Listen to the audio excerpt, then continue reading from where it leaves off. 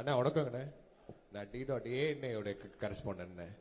இன்னைக்கு நிறைய இன்ஃப்ராஸ்ட்ரக்சர் சம்பந்தமா ஃபார்மர்ஸ் இது சம்பந்தமா எல்லாமே நம்ம கொடுத்திருந்தோம். போன வாட்டி பாசிபிள் இல்ல அப்படின்னு நிறைய விஷயங்கள் சொல்லப்பட்டிருந்துச்சு. இந்த வாட்டி அதை பாசிபிளுக்கு கொண்டு வர மாதிரி நிறைய ப்ரூஃப் சொல்லியிருக்கீங்க.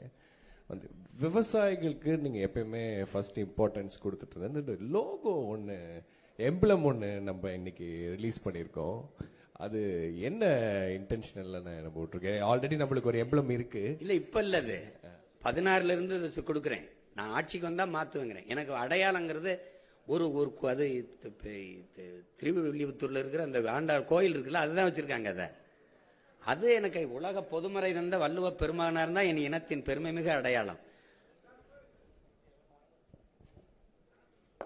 அதுதான் அதை வச்சு அது அந்த முத்திரையை மாத்திரம், தமிழ் தாய் வாழ்த்தையே மாத்திரம், தமிழ்நாட்டின் ஆட்சி முறை எல்லாத்தையும் மாற்றும் போது அதை மாத்திரேன், அதை எடுத்துறேன். எல்லாருக்கும் பொதுவா வள்ளுவ பெருமகனாரை எல்லார் வீட்டிலும் இருக்க வேண்டிய திருக்குறள் நூலகத்தில் இருக்கு. உங்களுக்கு புரியுதுன்னு நினைக்கிறேன். அதனால திருவள்ளுவர் தான் எங்களுடைய அடையாளம். அதுதான் தமிழ்நாட்டின் அடையாளமா இருக்கும். அதை மாத்துவேன். இப்போ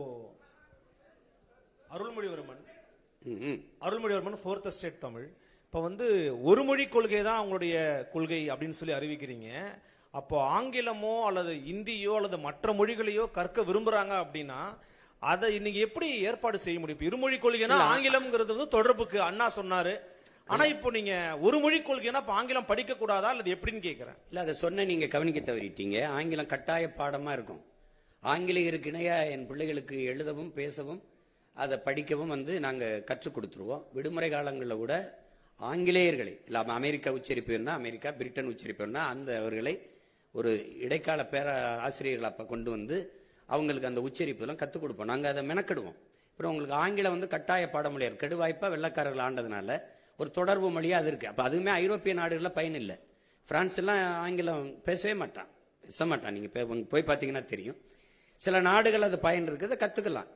விரும்பினா ஹிந்தி கத்துக்கிற, ஹிந்தி என்ன மொழி படிக்கணும்னு என் பிள்ளைய கேட்குதோ ஆங்கிலம் கட்டாய பாடத்தில் வந்துருது.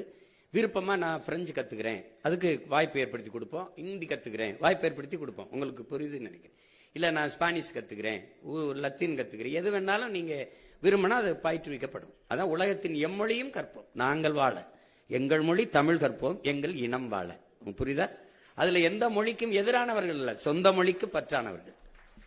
சார், இப்போ பாலியல் சமத்துவம் அப்படின்றதுனாலதான் நம்ம வில்லிவாக்கத்துல திருநங்கை ஒருவருக்கு வாய்ப்பும் கொடுத்திருக்கோம். ஆனா நீங்க தேர்தல் அறிக்கையில திருநங்கைகள் திருநருக்கு தனி மருத்துவமனை அமைக்கப்படும் அப்படின்னு சொல்லியிருக்கீங்க. எதனால? அது ஒரு பாகுபாடா இருக்காதா? இல்ல, அவங்களுக்கு அவங்களுக்கான அந்த சிகிச்சைக்கெல்லாம் சிக்கல் இருக்குது, மற்றவங்க பொதுவா செய்யறது இல்லது. அதனால அவங்களுக்கு அது தனி மருத்துவமனை இருக்கிறதா சிறப்பு. அது ஒரு மருத்துவமனையில தனி பிரிவு. உங்களுக்கு நான் சொல்றது விளங்குதுன்னு நினைக்கிறேன். அது அவங்களுக்கு இருக்கிற அவங்களுடைய கோரிக்கையை தான் நான் சொல்றேன். இப்ப நீங்க ஒரு இதுல இருந்து நீங்க அந்த பாலியல் மாற்றத்துக்கு வருது இல்ல, அதை நீங்க பொது மருத்துவமனையில செய்ய தயாரா இருக்கீங்களா? தனியார் மருத்துவமனையில் செய்ய தயாரா இருக்கீங்களா? இல்ல இல்ல. அப்ப நான் என்ன பண்ண வேண்டியது இருக்கு? மாற்ற வேண்டியிருக்கு. இப்ப நான் உங்களுக்கு ஒரு கேள்வி கேட்கிறேன். தனியார் பள்ளி கல்லூரியில் இருக்க தங்கும் விடுதியில தாழ்த்தப்பட்ட மாணவர்களுக்கு என்று தனியா விடுதி இருக்கா? இல்ல. ஏன் அரசு பள்ளியில மட்டும் இருக்கு, அரசு கல்லூரியில மட்டும் இருக்கு? யார்கிட்ட தீண்டாம இருக்கு? யார்கிட்ட இருக்கு? அரசு கிட்ட இருக்கு.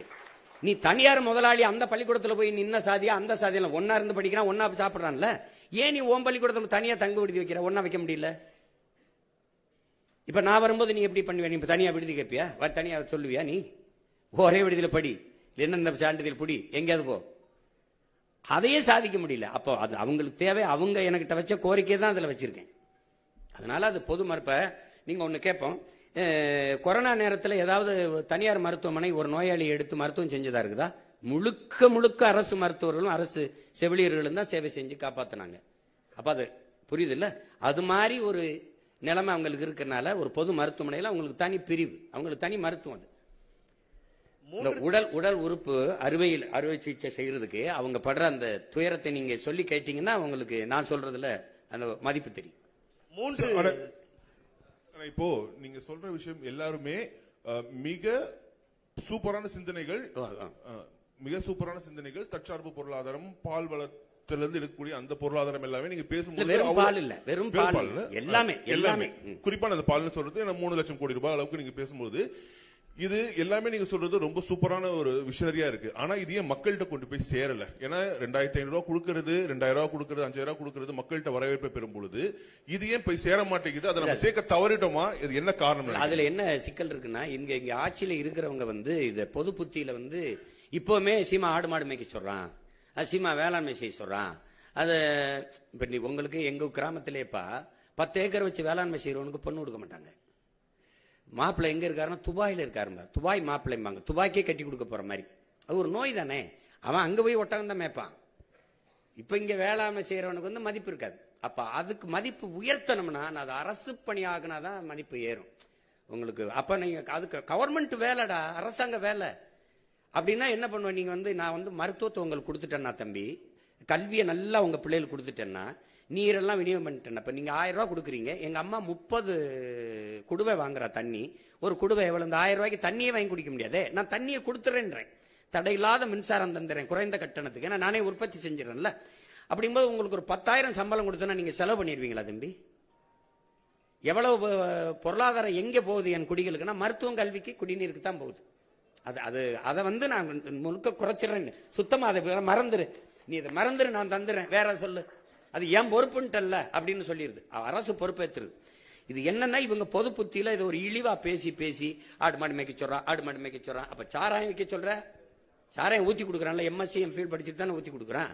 உங்களுக்கு தெரியாது, தமிழ்நாடு சட்டசபையில் ஐயா எடப்பாடி முதல்வர் இருக்கும்போது 400 பேர் வாயிற்காவலர் வேலைக்கு 400 பொறியாளர்கள் நினைச்சிருந்தாங்க.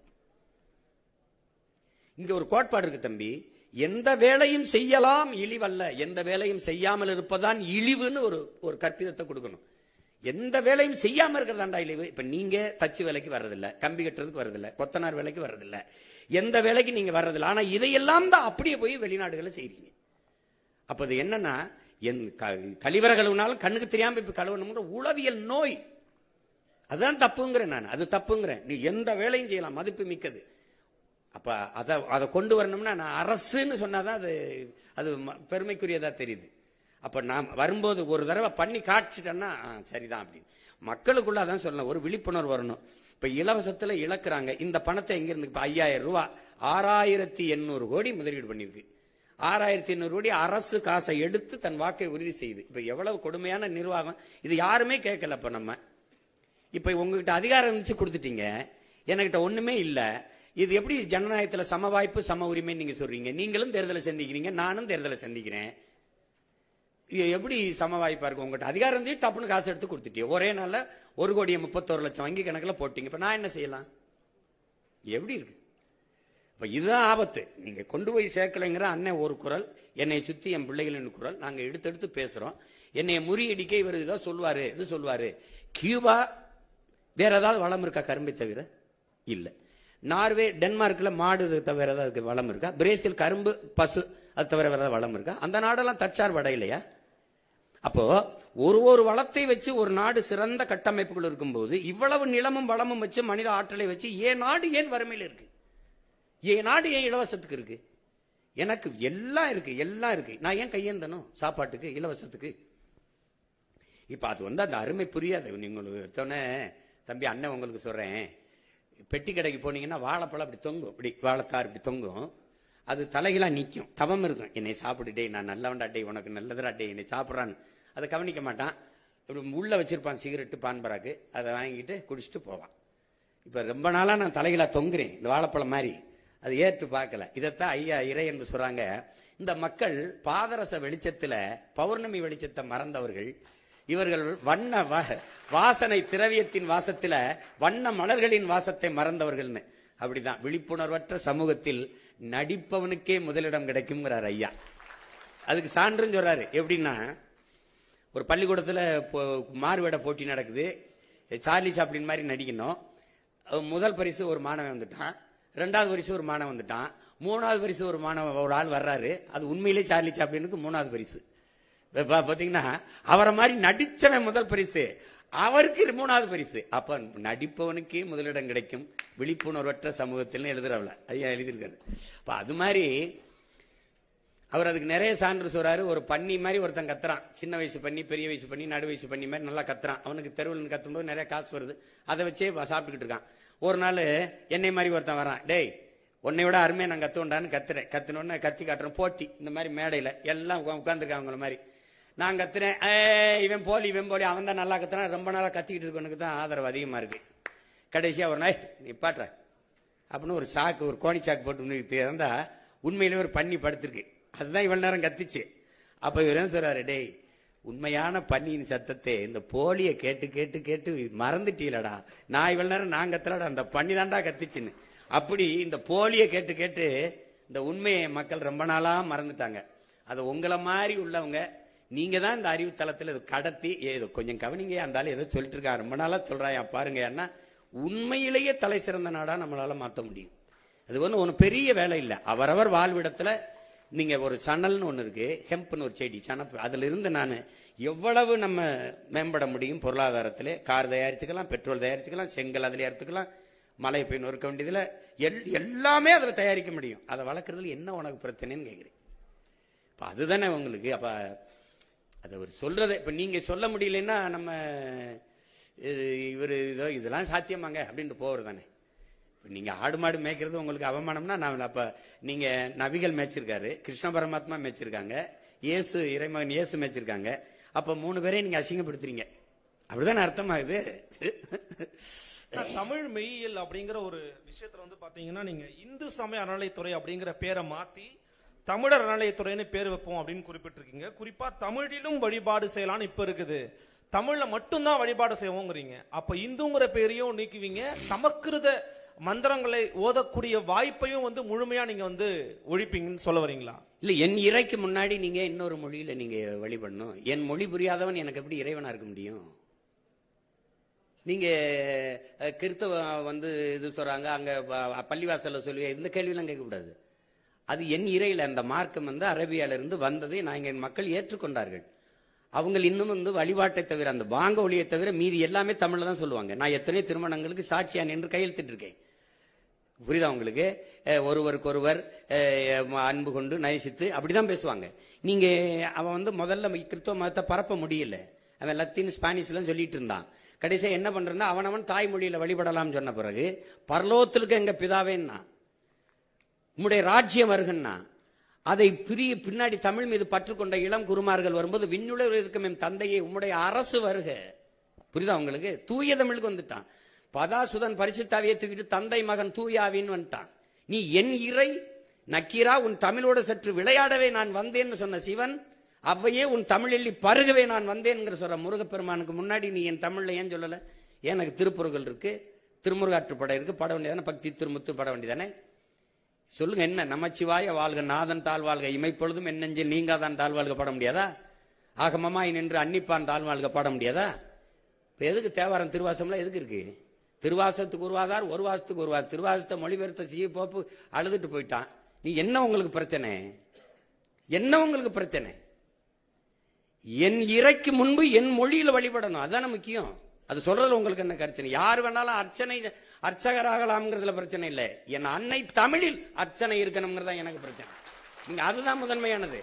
அங்க ஏன் ஆளு உட்கார்ந்துட்டு அங்கேயும் போய் சமஸ்கிருதத்துல சொல்லானா அதுக்கு அவங்களே சொல்லிட்டு போயிடலாமே. விளங்குதா? அப்புறம் தமிழர் அறநிலையத்துறைன்னு மாத்துவன்றீங்க, இந்துங்கிற பேரை நீக்குவேன் அப்படின்னு சொல்ல வரீங்களா? இல்ல, இந்துன்னு ஒரு சமயம் இருக்குதா? இது கூட்டு பொரியல் அவியல் சாம்பார் மாதிரி எல்லாம் சேர்த்து சாப்பாடு மாதிரி.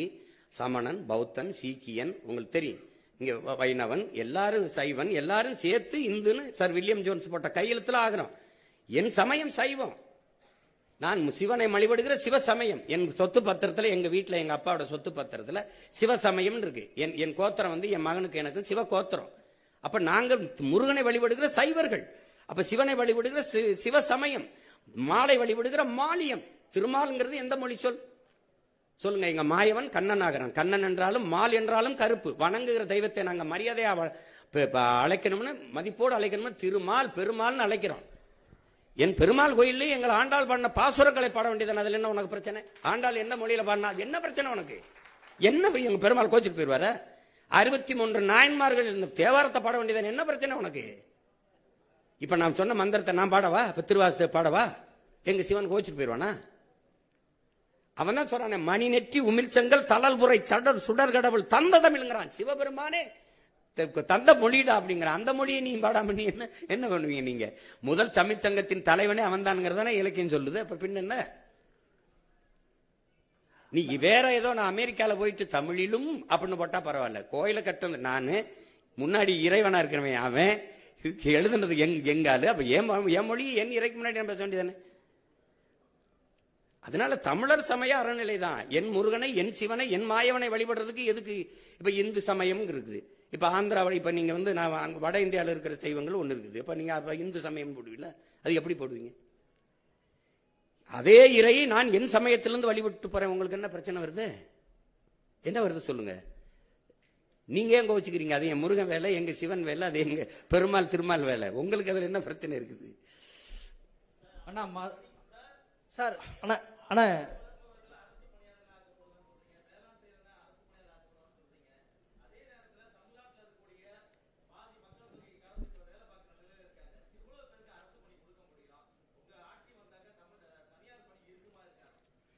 நீங்க இப்ப எது தனியார் பணின்னு சொல்லுங்க. என்ன எந்த பணி இருக்குன்னு சொல்லுங்க. உங்களுக்கு யாரோட தொழிற்சாலை? கொண்டாய் முதலாளி அவர் இங்க வந்தாரு. 1 டன் எடையுள்ள கார் தயாரிக்க 4,50,000 லிட்டர் தண்ணீர் தேவைப்படுது. அது மறை நீர்னு சொல்றோம், ஆங்கிலத்தில் வெர்ச்சுவல் வாட்டருங்கிறோம். 15 லட்சம் கார் 50 லட்சம் கார் ஏற்றுமதி செய்யறீங்க. நீங்க இந்த கொரியன் முதலாளிக்கு தமிழ்நாட்டு இளைஞருக்கு வேலை கொடுக்கணும்னு என்ன மாரியத்தாவில் வேண்டிட்டாரா, இல்ல திருப்பதி வெங்கடாசலில் வேண்டிட்டாரா? இங்கே மனித உழைப்பு மலிவா கிடைக்குது. நிலத்தடி நீரை வேணாலும் உறிஞ்சிக்கலாம். உற்பத்தி செய்யற பொருளை விரைந்து எடுத்துட்டு போல 8 வழிச்சாலை 4 வழிச்சாலை இருக்கு. தடையற்ற மின்சாரம். ஒரு அரை மணி நேரம் மின் இழப்பு ஏற்பட்டா உற்பத்திக்கு ஏற்படுற இழப்பை மத்திய மாநில அரசுகள் ஈடுகட்டும்னு புரிந்துணர்வு ஒப்பந்தம் இருக்கு. அதனால நீ வர்ற, எனக்கு வேலை கொடுக்க வர்ற, உனக்கு வேலை தானே வேணும், அரசாங்க வேலை நான் தர்றேன். அதே நிலத்தை வச்சு உனக்கு என்ன பிரச்சனை? காரை ஏற்றுமதி செய்யற, சோறை இறக்குமதி செய்யற. நான் சோறை ஏற்றுமதி செய்யறேன், காரை இறக்குமதி செய்யறேன். That's all your honour. நீங்க என்ன நீங்க பேசிக்கிறீங்க? நீங்க ஒரு ஆரஞ்சு பழத்தை விளைய வச்சான் பிரான்ஸ், 50 லிட்டர் தண்ணீரை குடிக்குது. புளிஞ்சா 1/2 கிலோ கோவலை கூட வரல, நிப்பாட்டான்ட்டான். ஏன்னா இங்கிலாந்து பொருளாதார மேதை ஜான் ஆண்டனி ஆலன் சொல்றான், இந்த ஆசிய கண்டத்தில் இருக்கவன் தான் அந்த பணத்தையும் தங்கத்தை வச்சு பொருளாதாரத்தை மதிப்பிடுறான். ஐரோப்பிய கண்டம் நாடு முழுமைக்கும் அவன் நீர் பொருளாதார கொள்கைக்கு வந்துட்டாங்கிறான். எந்த நாடு நீர் அதிகமா வச்சிருக்கானோ அவன் தான் பணக்கார நாடுன்னு வந்துட்டான்ங்கிறான். அப்ப நீ என்ன பண்றான்? அவன் பிரான்ஸ் ஆக நீர் ரொம்ப திங்குற, கண்ணுக்கு தெரியாம களை போதுறான், நிப்பாட்டான்ட்டான். சீன பன்னிக்கறியை விரும்பி சாப்பிட்டான். 1 கிலோ கறி வர 8600 லிட்டர் தண்ணி தேவைப்படுது. 1 கிலோ கறி பன்னிக்கறி மேசைக்கு வர. வளர்ச்சியை நிற்ப வளர்ப்பதை நிறுத்துறான்ட்டான், இறக்குமதி பண்ணிக்கிறோம்ட்டான். ஏன் இவன் இதே கொரியன் முதலாளி அவன் ஊர்ல கொரியால உட்காந்து இந்த ஃபோர்டு இந்த கொண்டாய் காரை தயாரிக்க வேண்டியதானே? ஏன் நான் வேணான்னு சொல்லையே? உனக்கு வேலை தானே, அது நான் தர்றேங்கிற. அப்புறம் அவன் கொரியன் முதலாளி வேலை தந்தா தான் காசு உனக்கு இனிக்குமா? நான் கொடுத்த காசு கசக்குமா என்ன? உனக்கு என்ன பிரச்சனை? உனக்கு வேலை தானே வேணும், வேலை தானே வேணும். நீ பால ஆந்திராவில இருந்து இறக்குமதி செய்ய, உனக்கு அவமானம் அல்ல? கறி ஆந்திராவில இருந்து ராஜஸ்தான்ல இருந்து இறக்குறிய, உனக்கு வெக்கம் அல்ல? வெக்கம் அல்ல? ஏன் உனக்கு ஆடுமா? நீ மேய்க்காத, உனக்கு நீ வெளியில போ, உனக்கு மேய்க்க நான் மேய்ச்சுக்கிறேன். உனக்கு என்ன? ஆனா கறி தின்ன காட்டி வச்சு உதச்சு போடுவேன். என்ன விளையாட்டு பண்ணிருக்கீங்களா? எது அவமானம்னு பாரியா? அரசு சாராய கடை திறந்து வச்சு குடிக்க வைக்குது, அங்க படிச்சவனை ஊத்தி கொடுறாங்குது. என்ன நீ மெச்சிட்டு நீ? அது போய் அது அரசு வேலையா இருக்கலாம். நான் சொல்றது அரசு வேலை. உலகத்துக்கு சோறு போடுறவன் அரசு வேலையா இருக்கலாம், இருக்கக்கூடாது. அவன் சொல்றான்டா என் பாட்டேன், சுழன்றும் ஏற்பின்னது உலகம் அதனால் உழந்து முளவே தலைங்கிறான். இருந்தோம்பி இல்வாழ்வதெல்லாம் விருந்தோம்பி வேளாண்மை செய்த பொருட்டுங்கிறான். உழவினார் கைமடங்கின் இல்லை விளைவதும் விட்டேமன் பார்க்கும் நிலைங்கிறான். எதுவுமே வேணாம், பொன்னாசை மண்ணாசை மக்களாசை எதுவுமே பற்றற்று போன துறவி கூட வாழ முடியாதரா. விவசாயி கைமடங்கி படுத்துட்டான்ங்கிறான். உழவன் இல்லாம ஒண்ணும் இல்ல. உலகத்திலே ஆகச் சிறந்த பொருளாதாரம் வேளாண்மையில் தான் இருக்கு. நான் போட்டிருக்க சட்டை, இந்த காலாட, இந்த காலனி எல்லாம் விவசாயத்திலிருந்து வந்ததுதான். அப்புறம் நீ அது இல்லாம என்ன பண்ணுவ? திடீர்னு சட்டம் வந்துருச்சா, திடீர்னு இந்த இது வந்துருச்சா, அந்த இது வந்துருச்சா, உடை வந்துருச்சா, எங்க இருந்து வருது? சும்மா எது அசிங்கம்னு தெரியுது இல்ல, எது கேவலம்னு தெரியுது இல்ல. பீஸா பர்க்கிறது கோ குடிக்கிறது உனக்கு நாகரிகம்னா நான் என்ன பண்ண முடியும்? ஏன் இளநீ கரும்புச்சார் பழச்சார் குடிக்க மாட்டியா? சட்டம் வருது, தேசிய குடிபானம்னு வருது. கரும்புச்சார் பதநீர் இளநீர் பழச்சாறு வரும். சமூகம் கெட்டு கிடக்க பேச மாதிரி. நீ பழச்சாறு கடையில எங்க கூட்டம் இருக்கு, சாராய கடையில எவ்வளவு கூட்டம் இருக்கு, நூலகத்தில் எவ்வளவு கூட்டம் இருக்கு, திரையரங்கில் எவ்வளவு கூட்டம் இருக்கு, கால் செருப்பு கண்ணாடி குளிரூட்டப்பட்ட அறையில் இருக்கு, காய்கறி தெருவில் கிடக்குது. இதை மாத்தணுங்கிற, அதுக்கு தான் தலைகீழ் மாற்றம்னு சொல்றேன். புரட்சி என்பது தலைகீழ் மாற்றம்ங்கிறேன். சும்மா போட்டு ஏதோ பேசிட்டு இருக்கான் சீமா ஏதோ ரொம்ப நாளா பேசிட்டு இருக்கான்னு நீ வாய்ப்பு தரல சரிதான் ஆண்டுட்டி ஐயா